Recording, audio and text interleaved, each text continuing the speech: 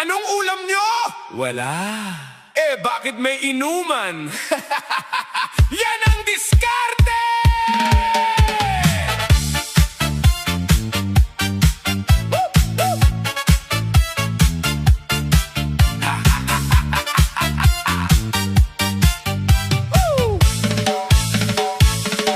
Pagbukas ng kaldero, kanin lang ang laman.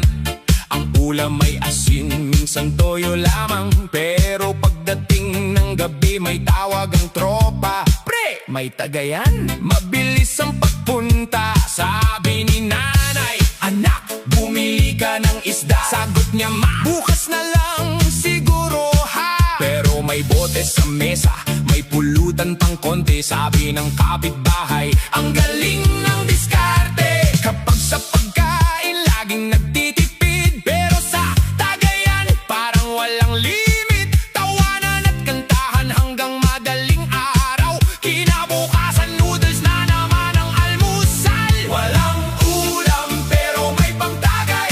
Unahin sana ang pamilya bago ang lakwatsay. Walang ulam pero may pangtagay. Nakakatawa pero may aral na taglay. Mas masarap ang hapag kung sama-samang kakain bago ang inuman. Sikmurang busog muna natin, kaya isip din bago gumastos. Mas panalo ang tahanang may laman ng kaldero.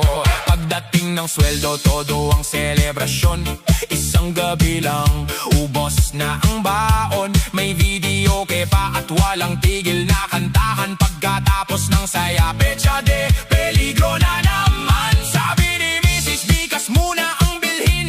Sagot ni Mr. isang bote lang uuwiin. Pag uwi sa bahay, tahimik ang paligid. Kanin na lang ulit ang kasamang ihahain. Hindi masama ang magsaya paminsan-minsan kung hindi napapabayaan ang sariling tahanan. Mas masarap ang tawanan kapag walang alalahanin at busog ang pamilya sa bawat pagkain.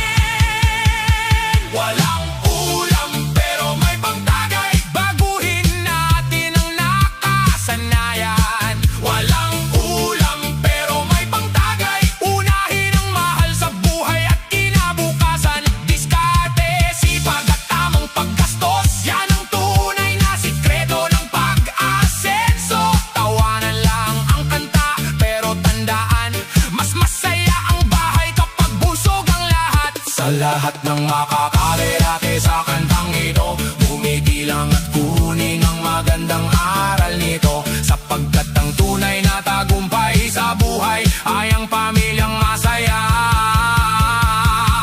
At may ulam sa bawat pagkainan. Walang ulam pero may pangtagay. Ngayon ay magbabago na ang ating buhay. Unahin ang pamilya, unahin ang pagkain, para ang saya ay tunay at pangmatagalan. Walang ulam pero may pangtagay. Walang ulam pero may pangtagay. Walang ulam. Yo! Sa lahat ng tropang laging present sa group chat, pero kapag ambagan na, biglang offline. Kilala mo ba yan? Pag may outing, siya ang unang sumigaw. Tara na pare, ang lakas ng sigaw. Pero nang singilan na ng ambagan, biglang naubusan daw ng laman ng pitaka. May pagkain, siya ang unang nakapila. Dalawang plato pa ang kinukuha. Pagdating sa bayaran ng renta, next time na lang. Lagi ang banat niya, laging active sa GC. Buong maghapon, puro emoji at speaker ang baon. Kapag sinabing pre, ang baga naman, sagot niya agad, load lang ang meron, load lang ang ambag. Pero sa pagkain, walang atras, load lang ang ambag. Sa selfie at video, siya ang bida. Kaibigan pa rin kahit ganyan, pero sana'y patas ang ambag.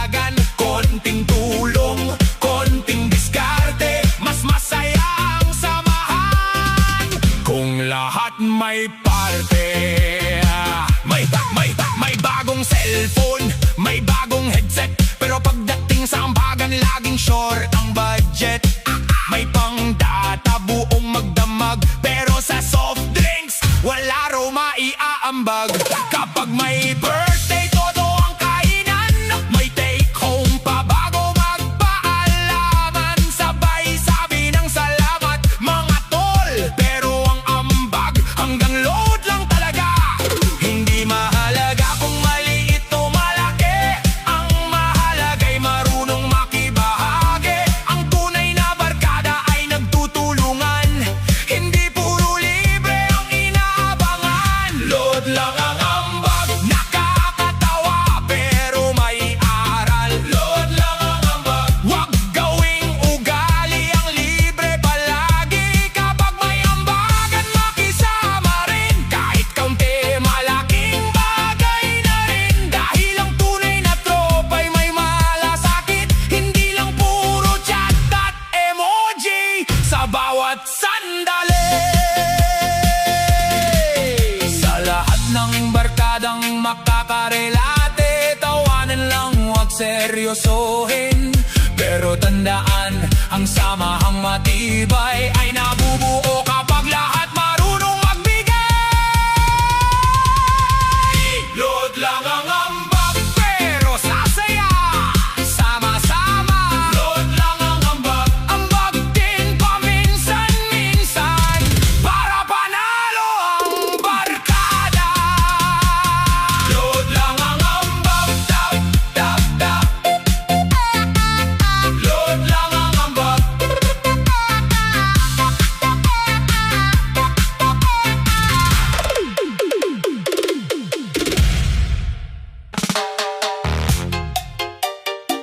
Uy! Kumusta, Marites? May bago na naman bang balita? Teka lang ha! Baka ikaw na naman ang unang nakakaalam!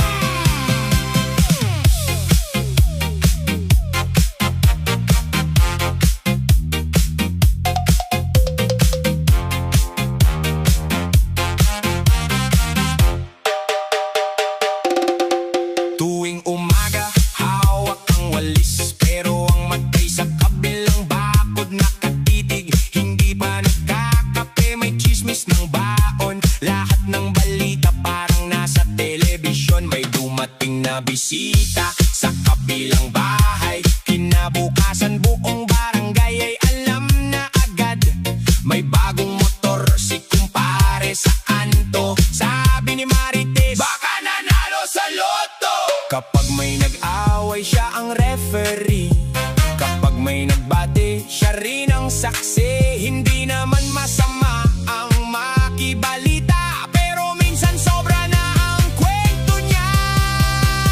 Kapitbahay kong Marites, laging updated sa buong barangay. Kapitbahay kong Marites, mas mabilis pa sa internet ang balita.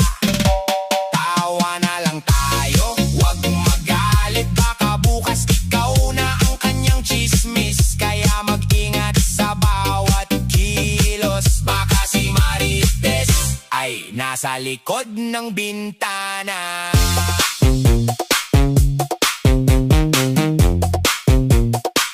May dumaan na delivery sa tapat ng bahay. Kanino kaya yan? Agad niyang tanong.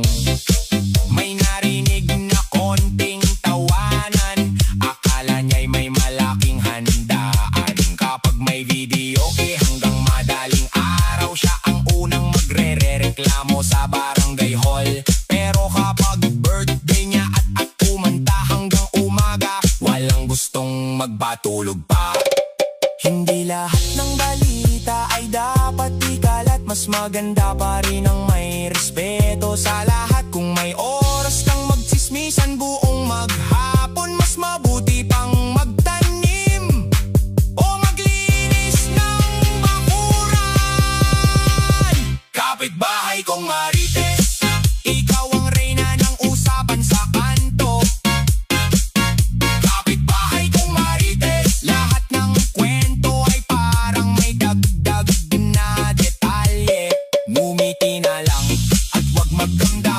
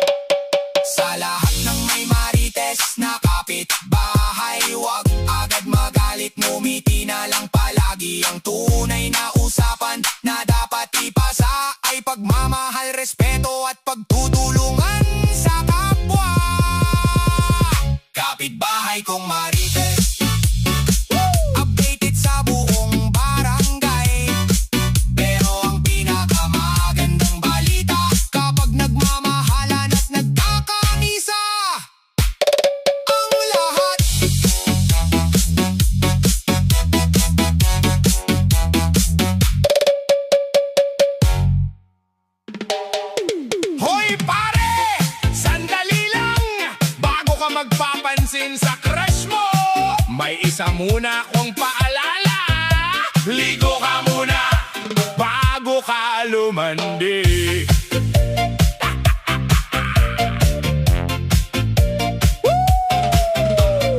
Paglabas ng bahay, taas ang kumpiyansa. Akala mo'y artista kung makapagporma. Gel pa ang buhok, pabango'y ubos na. Pero nakalimutan, maligo pala. Si crush na patingin, biglang napaatras. Hindi sa hiya kundi may kakaibang amoy na lumalabas. Sabi ng barkada, pre, huwag kang magalit. Sabon at shampoo muna bago magpa-cute. Hindi sapat ang forma at bagong sapatos kung ang amoy mo'y parang galing sa maghapong trabaho. Konting linis lang, dagdag pogi points pa. Mas madali ka mapapansin ng crush mo talaga. Ligo ka muna bago ka lumandi. Sabon at tubig ang tunay na MVP. Ligo ka muna bago ka lumandi. Ngiti ni crush siguradong ibibigay sa'yo. Malinis sa katawan, bango pa sa paligid. Mas masarap lapitan, masaya ang bawat sandali. Kaya bago ka magpa-cute at magpakilig, ligo muna pare, saka ka umibig. Nag-selfie ka pa, todo ang anggulo. Pero si electric fan ayaw nang lumapit sa'yo. May bago kang polo at mamahaling relo. Pero ang kili-kili mo ang bida sa eksena. Sabi ni nanay, anak maligo ka na. Sagot mo, mamaya na. May kachat pa. Pagdating sa eyeball, walang gustong tumabi. Doon mo naisip, dapat pala'y naligo ka muna. Hindi mahal ang pagiging malinis. Tubig at sabon lang solve na ang problema. Mas magandang unang impresyon ang dala kapag presko ang amoy at malinis ang aura. Ligo ka muna bago ka lumandi, para hindi ka takbuhan ng iyong sweetie. Ligo ka muna bago ka lumandi. Fresh na fresh, siguradong happy. Hindi kailangan ng sobrang yabang. Mas panalo ang taong malinis ang dating. Kaya tandaan ng lahat, bata man o binata, ligo muna bago maligaw para panalo ka. Ang pagiging malinis ay hindi lang pamporma. Ito'y respeto rin sa sarili at sa kapwa. Kaya mga tropa, huwag ninyong kakalimutan, ligo muna bago lumandi.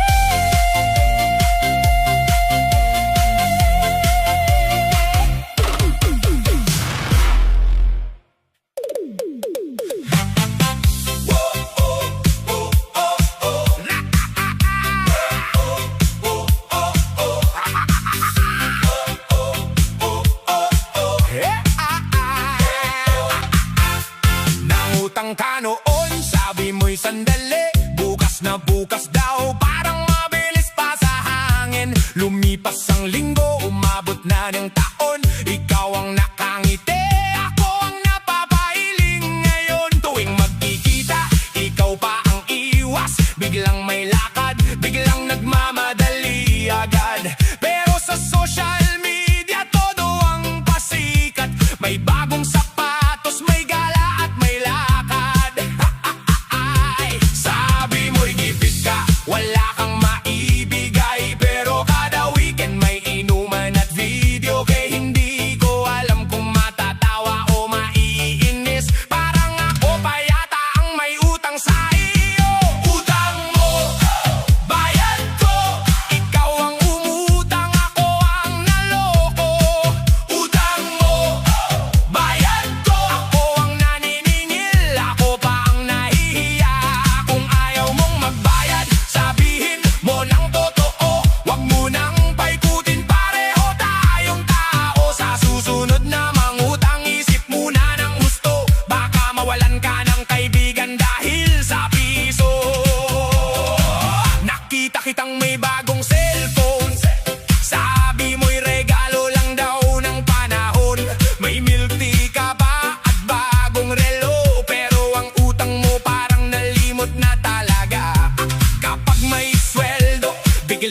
nawawala kapag wala ng pera.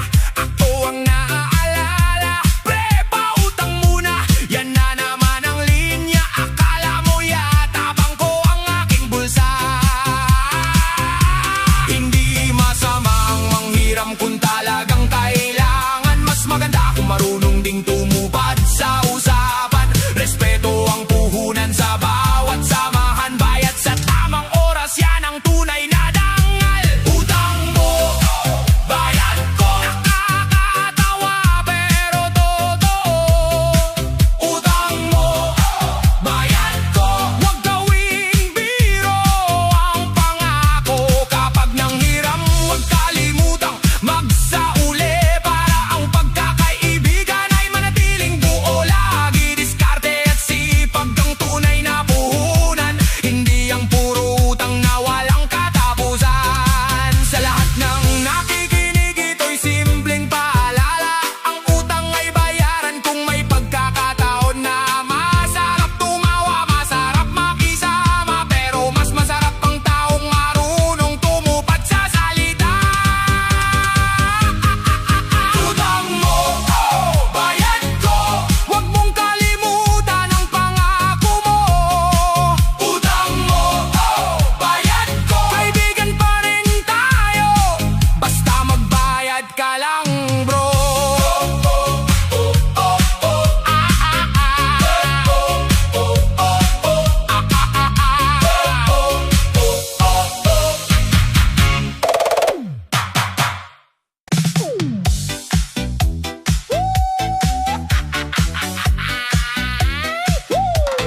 Petsa de peligro na naman. Petsa de peligro na naman. Petsa de peligro na naman. Petsa de peligro na naman.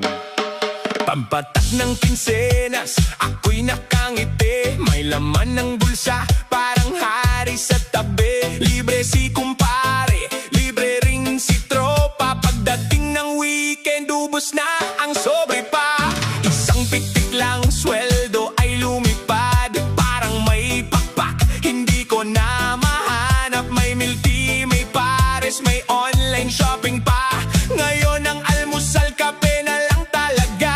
Ay nako, teka lang, bakit ganito? Kalendaryo pa lang, gipit na ako. Wallet ko'y payat, hangin ang kasama. Petsa de peligro, heto na naman pala. Petsa de peligro na naman. Kanilang ulam ay imagination. Petsa de peligro na naman. Laklak ng tubig, busog ang tiyan. Tawa na lang kahit kapos minsan. Bukas baka sweldo ay dumaan. Kapit lang, huwag mawalan ng pag-asa. Lahat tayo dumaraan sa petsa de peligro. Kapatid sa masa. Nagbukas ng ref, malamig lang ang hangin. Isang pirasong sili, nakangiti sa akin. Yung ketchup at toyo, sila na lang ang barkada. Sabi ng kaldero, kanin ulit, bahala na. Nagchat si kaibigan, libre ka ba ngayon? Sabi ko, libre ako, pero wala akong baon. Naglakad pa uwi para makatipid. Exercise na rin, hindi na kailangan ng gym. Hindi bale kung gipit ngayong linggo. Hindi naman habang buhay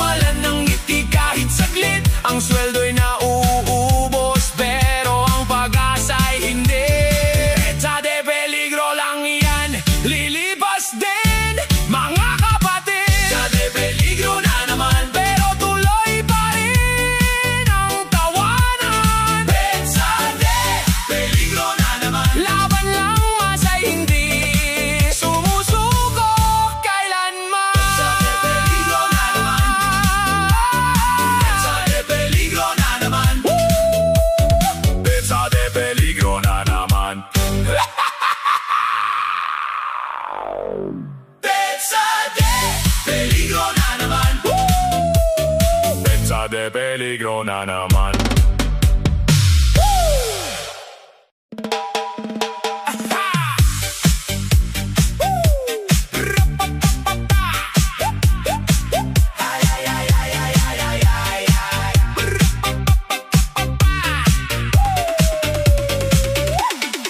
Walang pang-ulam, pero may pang-bembang.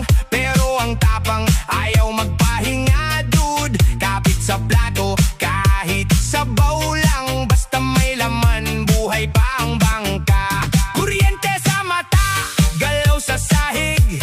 Kahit manipis, sabay pa rin gumigiling. Tingnan mo ko, hindi ako hihinto. Sa hirap ng tiyan, may ngiti pa rin dito. O diba, banat pa, kahit halong tawa at luha. O diba, yun ang tama, pag ang problema ginawang kanta. Walang pang-ulam pero may pang-bembang.